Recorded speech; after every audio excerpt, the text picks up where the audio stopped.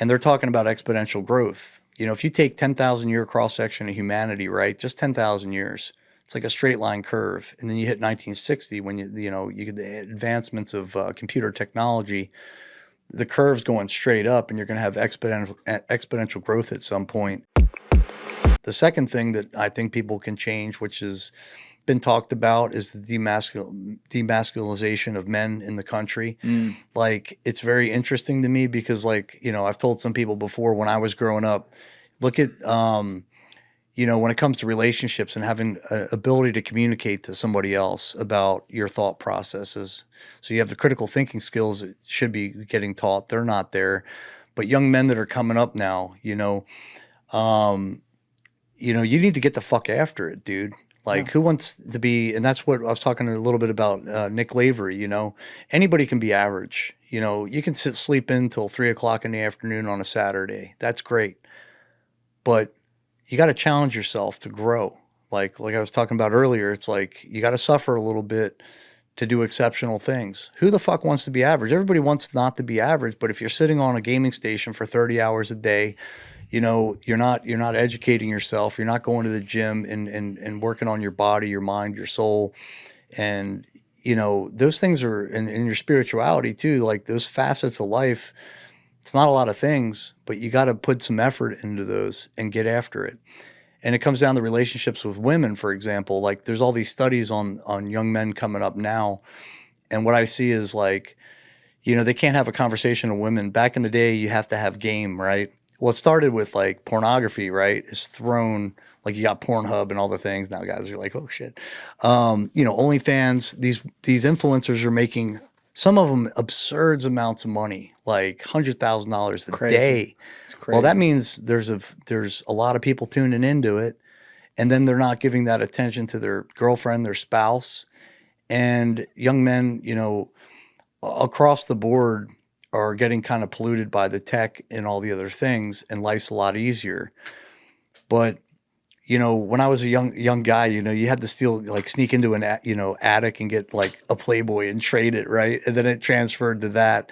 You go to the bars and you'd have to actually, you know, care about how you looked physically. You also had to have a brain and carry a conversation with a young lady that you're talking to or whatever your thing is. And you sit there and you're trying to, like, you know, there was a competition. It was like all your boys, there was a competition to who's going to get the girl.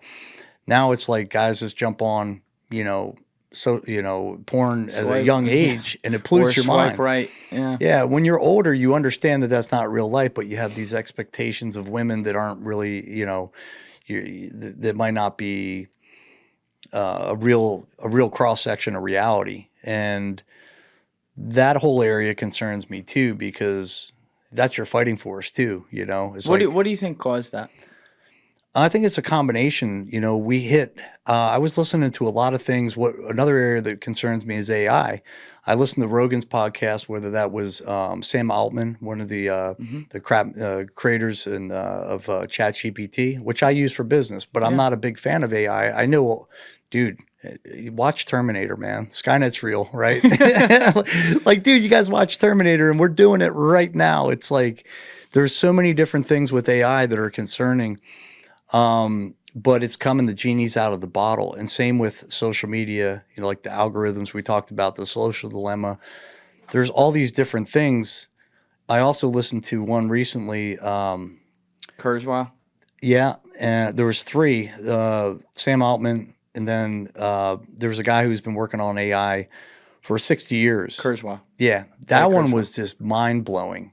Because you got these nerds just focused on one thing. Like, this guy wants to live forever. He's like 70 years old. He's like drinking fucking almond milk to stay alive. Yeah, and he's just like, who doesn't want to live forever and be the smartest guy? If you're a million times smarter, everybody wants that. I'm like, yeah, I understand some of that. I'm terminally ill. I don't want to live forever. Like, yeah, sure, it would be great. I want to live I want a quality of life over a quantity of life is important to me. But what you are as a human being is also, a concern with AI.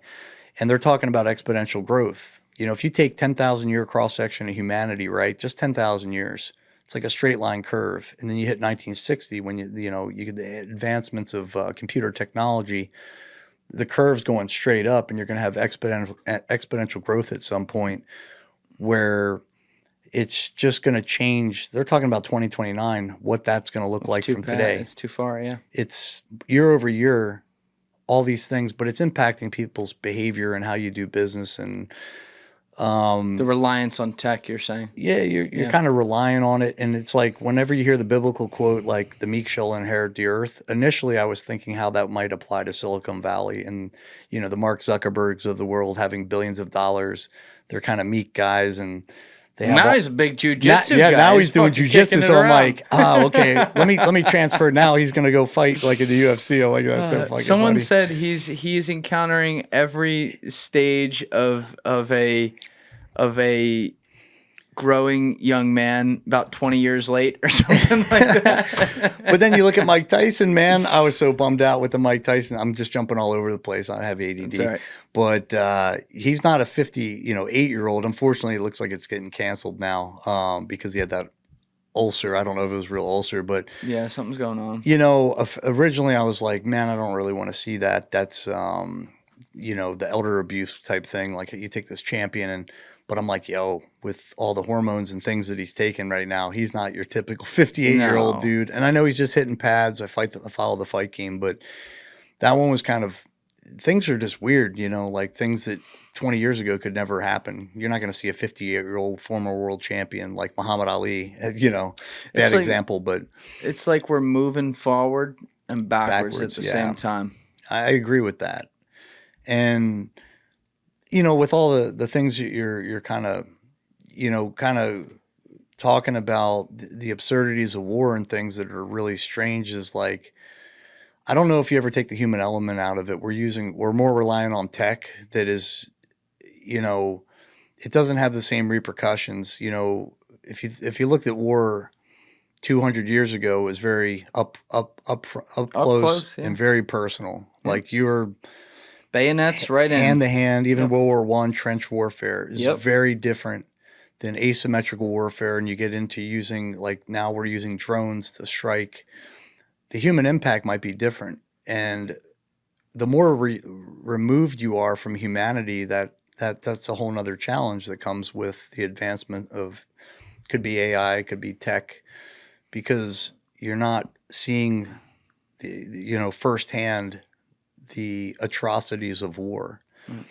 And yet you have more access to seeing it secondhand online than ever before, in a way almost to desensitize yourself to it. Yeah, when I first saw ogrish.com when that came out, I was trying to see if I could find my own IED, one of the IEDs I got hit with, to see if it was like posted by the people that, Hezbollah, that tried to, you missed me, bitch. Well, you got me, but you didn't get me. I was looking at that and I was like, dude, you start seeing all the content, and I don't know that that's good.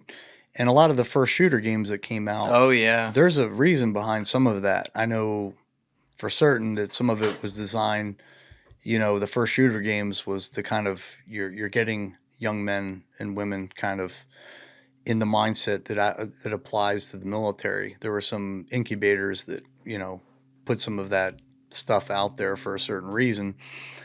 But yeah, it's very complex, man, especially when you talk about politics today. And yeah, I don't like what I see. That's the bottom line. Yeah, I mean, we got into this talking about the lack of masculine nature that is kind of a problem with young men these days, and you righteously brought up technology and what that is, and obviously AI is like the ultimate dawn of things where we're losing potentially our humanity, and it has a lot of potential good to it too. We got to figure out how to harness that.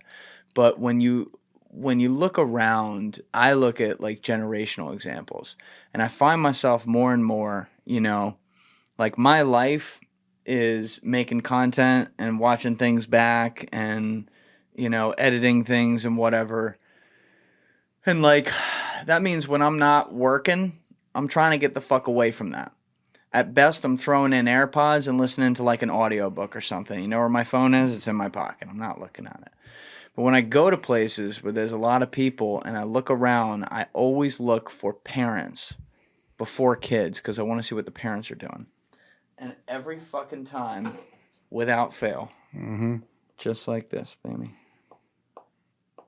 And it makes me think because one of my heroes is Steve Jobs. He was a very imperfect guy, but he was a real genius and someone who did some incredible things for the world.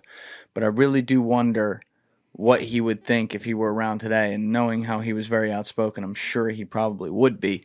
You know, when he looks around and sees that like people are using what he was creating as a simple technology to make things easier as a crutch at all times. And I think when, you know, you're constantly grabbing that dopamine hit. Yeah, that's what I mean. It comes down to dopamine, but I think the technology is advancing quicker than the way that we can kind of process it. I think that's, and yeah, it's a bit on the capitalist side. You know, you want to develop a technology that might make life easier, communication. Maybe Steve Jobs was thinking, hey, wouldn't it be cool if you could carry around and be able to talk to your family? Same with Zuckerberg when he created Facebook. You know, I watched that documentary on him, and that was another one where he didn't know how big that was going to get. No. And that technology now is fueling, you know, like we said, it's like that engagement is fueled by anger. That wasn't his initial, you know, no. I don't think they figured that out straight away, but they had to monetize it. And when you monetize it, the genie's out of the bottle. Thank you for watching the video, guys. If you haven't already subscribed, please smash that subscribe button and check out this clip's full podcast episode by clicking here or in the description below.